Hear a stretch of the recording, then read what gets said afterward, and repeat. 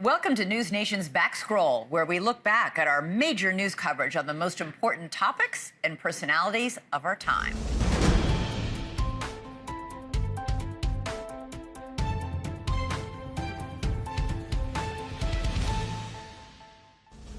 I am going to make you a bet that the next time you get a window seat on a plane, you're going to think of this next story, and you're going to think of the guest who is going to talk about this next story. Michelle Reyes was flying over New York City with her daughter, and she was sitting by a window.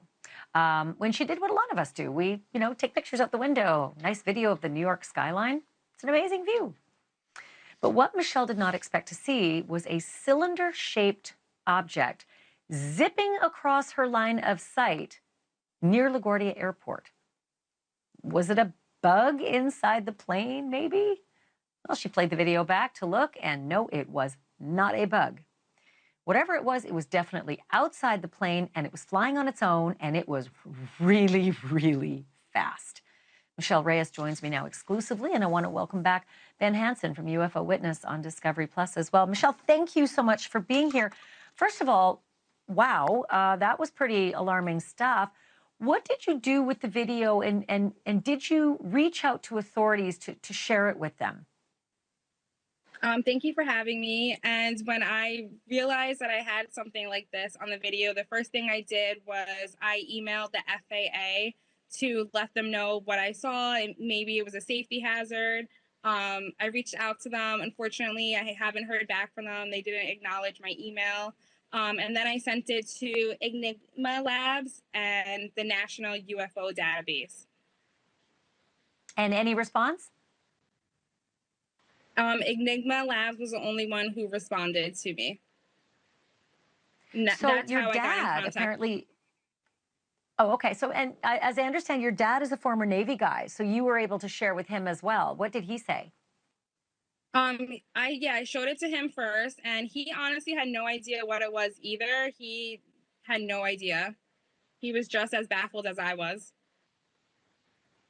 Did you guys settle on the fact that it maybe was a drone? It was going awfully fast to be a drone, but was that the best guess? He thought it may be a drone, but he didn't think that it should be where it was, that close to the aircraft. So he really didn't have an answer for me. He was just as clueless as I was. He's seen a lot of things, and this he couldn't give me an answer. But if he had to guess, he would have said drone. So it's a good thing Ben Hansen is here. You host a show called UFO Witness. What do you think about this Tic Tac video, Ben? This was incredible, honestly, because it took a while just for us to get in touch with Michelle. It wasn't for her posting it on the app. Someone had borrowed, stole it from her social media and posted it as if they were her friend. So we had no idea who she was. We were looking up flights and trying to figure out which flight she was on. When we finally were able to contact her, she, for me, has been completely just genuine, sincere. We've now started to analyze the video, and I feel a little awkward saying this with her here, but find no evidence that she faked this or hoaxed it. I didn't from the beginning, but we had to run it through, the proper data analysis, and it's there. It's very clear, which is unusual. So to me, I feel as though this is probably something not terribly far in the distance, but there's problems with the theory of it being something as simple as an insect, which I would suspect this was happening, on the ground. We're talking 200 plus miles an hour at this point. Her jet is flying. So it passes in about a seventh of a second, and it's present in 5 frames of the video. So there's a lot we can dive into with this, but we're shiny, giant, really fast insect. It definitely doesn't look like an insect. It certainly looks like the Tic Tacs that we've seen in other naval videos as well. And Michelle, did you say there was someone else maybe on that flight who you later were able to determine saw this as well? Yes, I had posted the video onto my social media, and one of the other moms on the flight, she said that she had noticed it when she was in the air too. So I wasn't the only one who saw it. So it was kind of, a little more like nerve-wracking that someone else also saw what I saw. Well, I hope the authorities are watching tonight, and I'm sorry to say, that you didn't get the attention that you should have when you alerted them to videos like this. I think it behooves all of us to just at least forward the information. We don't need to make judgment on it, but for heaven's sake, acknowledge that this is unusual, and it certainly does resemble some of the other unusual things we've seen before. Any New Yorker will tell you, you never know what you might see at LaGuardia Airport, and that apparently goes for the airspace over LaGuardia as well. Last week, a passenger named Michelle Reyes joined me exclusively on the show to share a clip of video that she took from her window seat on approach to LaGuardia back in March. It's some kind of flying cylinder. Some have called it a tic-tac, but it zipped past her window almost too fast to see with the naked eye. But experts who have looked at her footage determined this was not faked. And Michelle told us she was not the only person on board who saw this thing. And Michelle, did you say there was someone else maybe on that flight who you later were able to determine saw this as well? Yes, I had posted the video onto my social media, and one of the other moms on the flight, she said that she had noticed it when she was in the air too. So I wasn't the only one who saw it. So it was kind of, a little more like nerve-wracking that someone else also saw what I saw. And tonight, I can tell you at least 2 other people saw similar things over LaGuardia in the not-too-distant past. And all of this brings me once again to Ben Hansen. He's the host of UFO Witness on Discovery Plus, and he spoke with the second passenger on board Michelle Reyes' flight, who witnessed that bizarre little tic-tac. Ben, thank you so much for being on. So you had the chance to get the download from the second passenger. She does not want to be public. She doesn't want anything to do with this, but you had a good conversation with her. Does what she saw match what Michelle Reyes caught flying by her window? Hey, Ashley. Yeah, she does. She's absolutely certain that the same object that was captured by Michelle is what she saw. So Melissa is the owner of the cheer company that was on this flight. They were coming back from Myrtle Beach on Spirit Airlines, and they were on their way to LaGuardia. So they're both on the same side of the plane. She thinks that she was in front of where Michelle was sitting. And Melissa's looking out the window like you often do, looking out there, the scenery and the bridge. And she caught a black blur. She said it was so fast. It was a black streak that went zipping by the plane. And at first she thought that it could have been a bird, but it really quickly dawned on her that this is much too quick for a bird.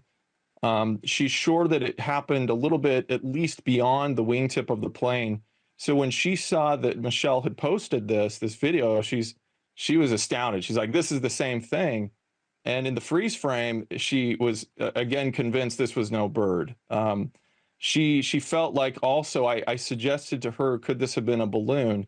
Now, according to her, she said the object could not have been because it was stationary. So I'm sorry, it couldn't have been stationary, that it had to have been something that was zipping by because she felt like it was under its own propulsion. So that's just coming from her. It's often hard to judge how quickly things go when you're going 230 miles an hour in an airplane. But we were glad that we could talk to her and get that firsthand account as well. So talk to me about the other 2 sightings over LaGuardia Airport. A guy in Knoxville apparently reached out to you to say that he saw something when he was landing at LaGuardia. He's from Knoxville, so he was landing in New York, and he saw something when he was taking off. Describe what it was he explained to you. So his events start back in March of last year, and he said when he saw the news, break the story of Michelle's video, he said, I was coming into LaGuardia, I was about 20 minutes out, and he said he looked out the window and he saw something, according to him, was the size of an SUV. It was football shaped and silverish in color, but he said it was huge, and this thing approached kind of, I guess, semi-close to the plane, and then 2 or 3 others approached.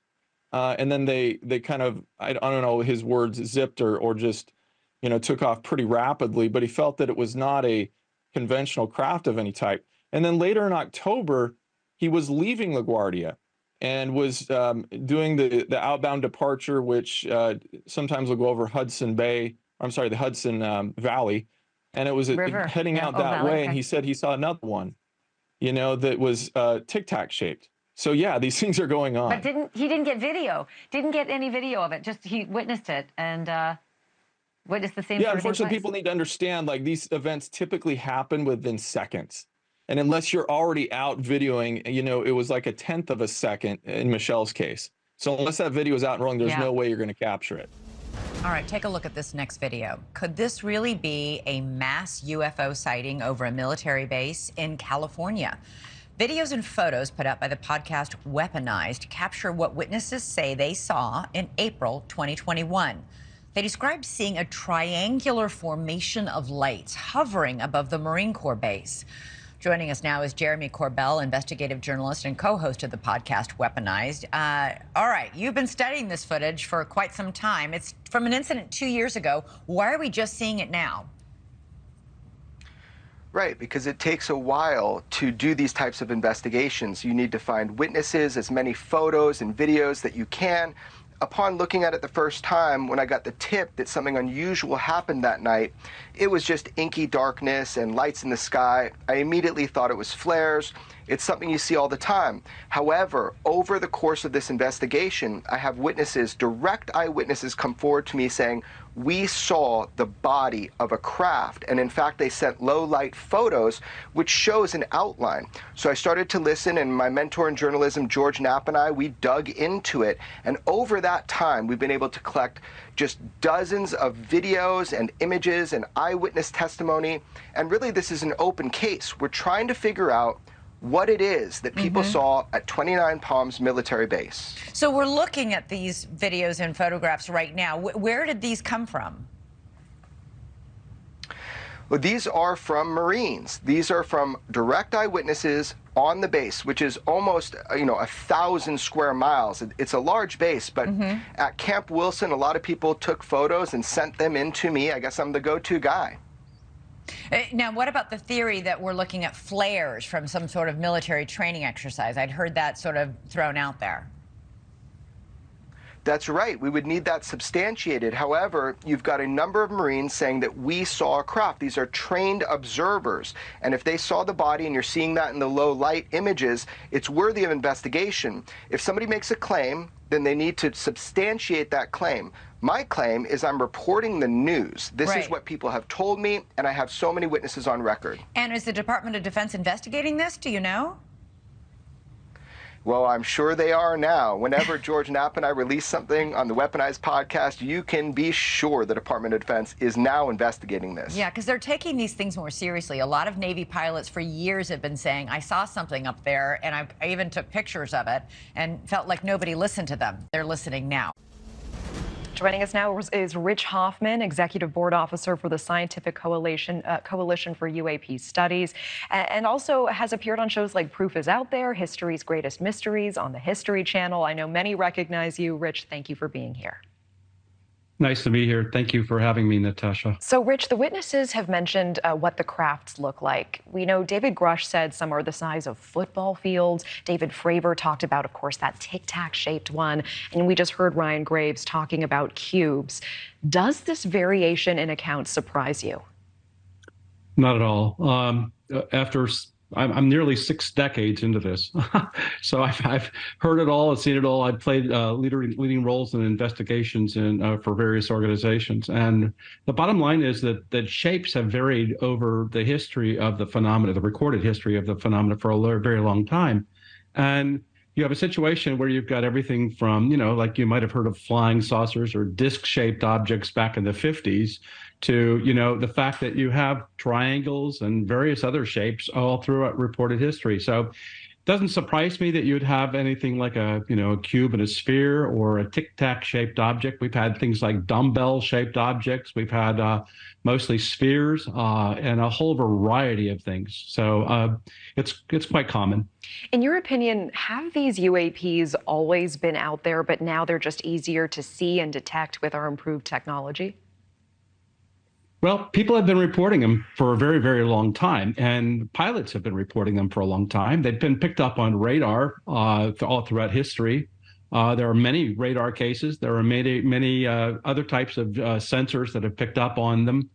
Our sensors today have evolved to the point where they're much more capable than if you think about the traditional radar going around in a circle. You might have seen those radar screens in the days that they are. Now we got things like phased radar, and we have various other kinds of sensor technologies that allow us to detect these things, and especially on $1 million, billion-dollar aircraft. So we equip them with the best stuff, and so suddenly, Ryan Graves' equipment is updated to the point where they're seeing a large number of these things. So it's for me, it's a pleasant surprise that we're having those technologies, and we need to adopt those in our studies going forward. Yeah, can you explain? Is there any concern about our technology and where we stand in our abilities at this point? It did strike me and stand out to me that during the hearings they mentioned a couple of times the ability to jam our radar systems. Sure. Let me clarify that we've had many cases where the objects have actually jammed navigation systems, missile launch systems on our aircraft. They've been detected in deep space satellites coming into our atmosphere. There's a whole host of these types of things that have been reported. Our enemy, will be able to do those kinds of things. So it doesn't necessarily warrant that it's, ET, if you would, that's doing it. But the bottom line is that we are concerned about being able to study them, especially if they can impact our equipment. We had another guest on yesterday, Ben Hansen, who believes that things should be revealed gradually to the American public. Let's take a quick listen together. We do need to be a little bit careful as how quickly we release this information. I think even though I don't like it, we call that the drip method. Gradually, slowly, let people acclimatize to this, because it's going to be a shock if we just dumped it all out right now.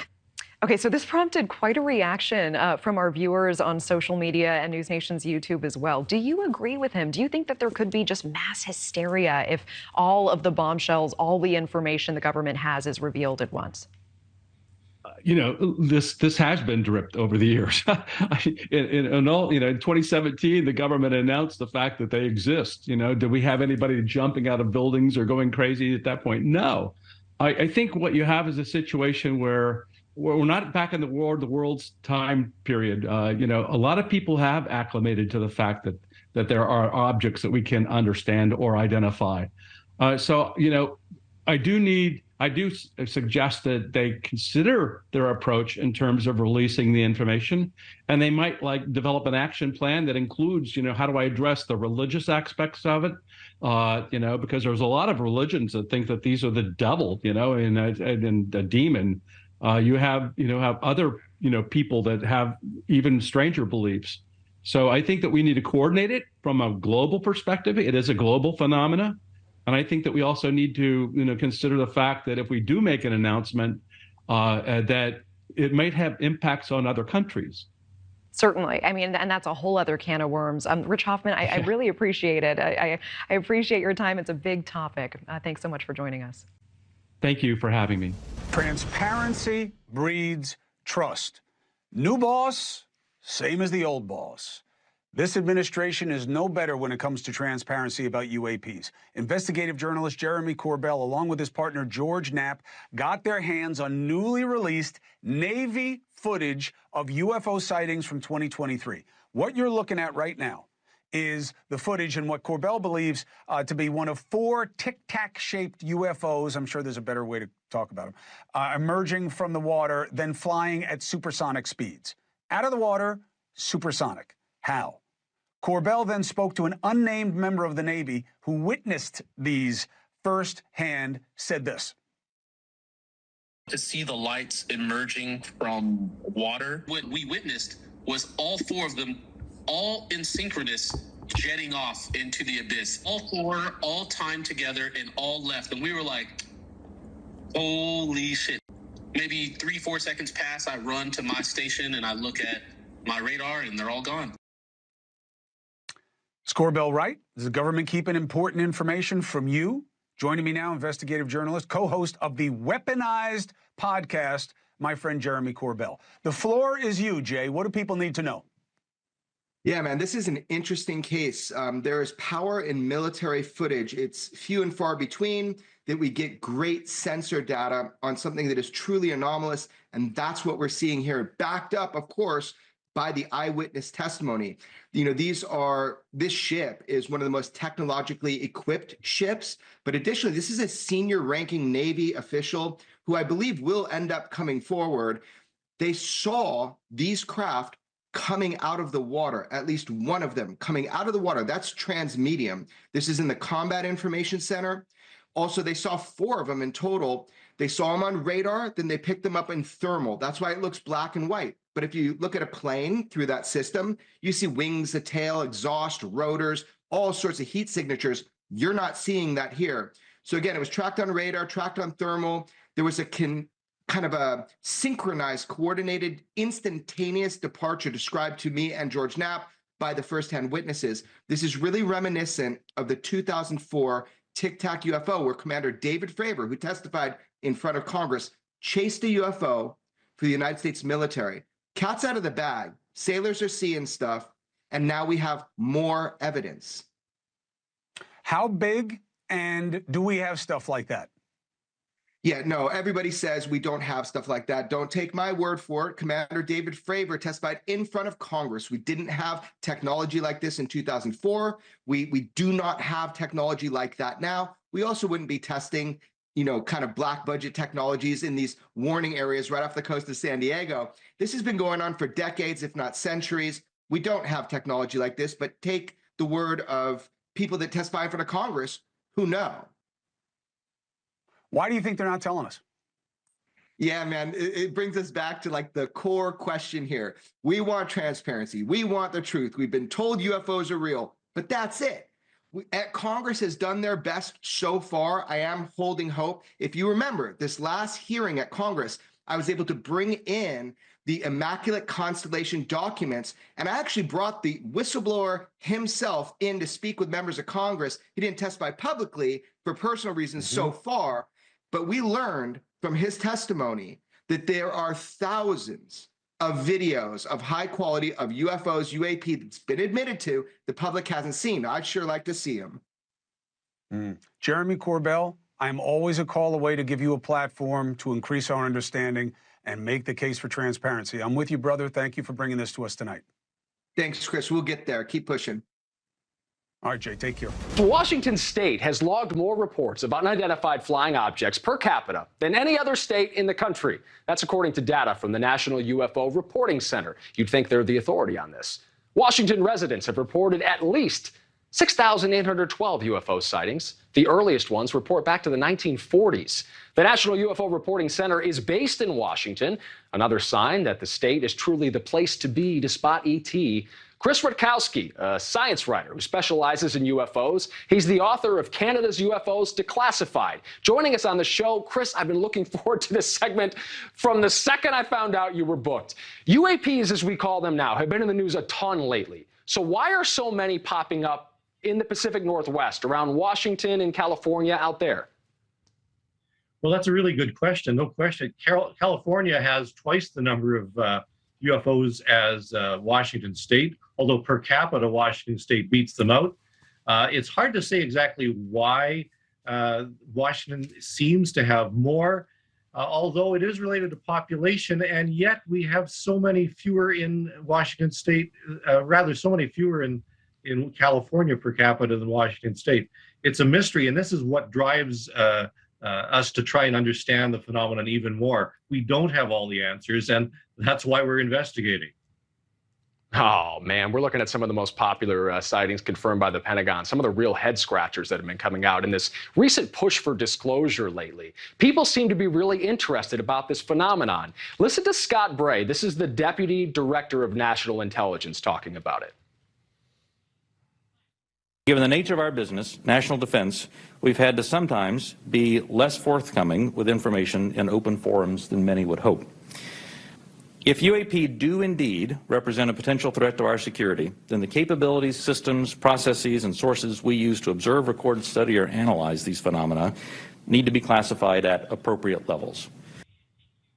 Okay, let's take away the legalese, Chris. Do you think Congress ever gets to the bottom of what the government and government officials really know about this phenomenon? Well, it would be nice if they would. This isn't actually the first congressional investigation into UFOs. Gerald Ford, back in 1966, before he was president, had suggested and pushed for a congressional investigation, and that actually occurred in 1968. And a number of scientists testified before Congress. It was taken quite seriously back then. Unfortunately, during the 1960s, the United States Air Force had something called Project Blue Book. We've probably heard of that. Well, the year after the congressional investigation of 68, Project Blue Book was closed down. So let's hope that this time it turns out a little bit differently. Chris, let's say it's not weather phenomenon. Let's go ahead and pop the weather balloons. We're talking about the real deal sightings, the one the Pentagon has been talking about a lot lately. There's been a few of them. What do you think, in your research, in what you've read and written, do you think these things are from Earth? Are we alone, Chris? Well, as an astronomer, I'd have to say we're probably not alone, but the trouble is we don't have the real proof yet. And the idea behind the UAP task force and the new office that was just recently announced is to try and gather data, to try and get this information. And the only way to do that is to get the reports. The investigations that are currently ongoing, they've tried to eliminate the stigma from pilots and military personnel to report them. They've been a little afraid so far to report. And so they're actually encouraging military personnel to report now, which is a very good thing. And the only way we can really get to the bottom of this is by high quality reports from pilots who, for example, have 5,000 to 10,000 hours of flying time. If they see something in the sky, it's time to take notice. In just the first 2 weeks of 2024, we have witnessed a video that has both captivated and bewildered UFO enthusiasts around the globe. The new clip shows what some are calling a jellyfish UFO first spotted on a U.S. operations base in Iraq in 2018. But this video is just now making its way into the public eye. Then just days after the video emerged, the House Oversight Committee held a closed-door briefing with members of the intelligence community. Mixed reaction on how that went. Joining us now is Nick Pope, UFO expert who investigated UFO reports with the UK Ministry of Defense. Nick, it's good to see you. Thanks for being here. Thanks for having me, Natasha. Yeah. And I'm specifically interested in your take on this purported jellyfish UFO video because at the UK Ministry of Defense, you examined UAP reports with an eye towards national security. So when we look at this, what do you see here? What are the potential national security implications for the U.S.? Well, the simple answer to your question is that I see a threat, whatever this thing is. And I've heard skeptics say, well, it could just be a bunch of helium balloons or a drone. Well, sure. If that's the case, you can tie a grenade to helium balloons. And we've all seen footage from Ukraine, of course, of grenades and other weapons being dropped from drones. This thing was flying over a sensitive U.S. military base in Iraq. And so whatever we think it is, whether you're a believer or a skeptic, this is a potential threat, and we need action and we need answers. What are the odds this is a piece of forgotten spyware and not actually extraterrestrial in nature? I think it's about 50-50. And that's why we need a statement from the Department of Defense. Now, I mean, I 5 days ago asked them for a line on this. I said, are you aware of this footage? Is it official? If it is it in the Arrow database? Have they done an assessment? Do they have any conclusions on this? And I was told 5 days ago they are looking into this, and I've heard nothing since. And I think, that's not good enough, frankly. Yeah, is it just silence from the Pentagon on this? And what do you want to hear from them? Well, I want to hear some answers, not just on this video, but as you said in your introduction, we had this week another a classified briefing to the House Oversight Committee, and we've had mixed reports out of that. Some of the congressional representatives said that there was nothing new, waste of time. Others said it did move the dial somewhat, but they talked, of course, about David Grush, whose story News Nation has featured a lot. And one of the comments that we heard after this briefing was that all all that happened was that they were briefed on the procedures and the processes, whereas what they were saying is they want answers on the substance of David Grush's claims. He has said that there is a non-human intelligence with craft and bodies. That's what Congress wants an answer on, and they're not getting it. All right, Nick Pope, I always appreciate the insight and time. Thank you so much. Thank you.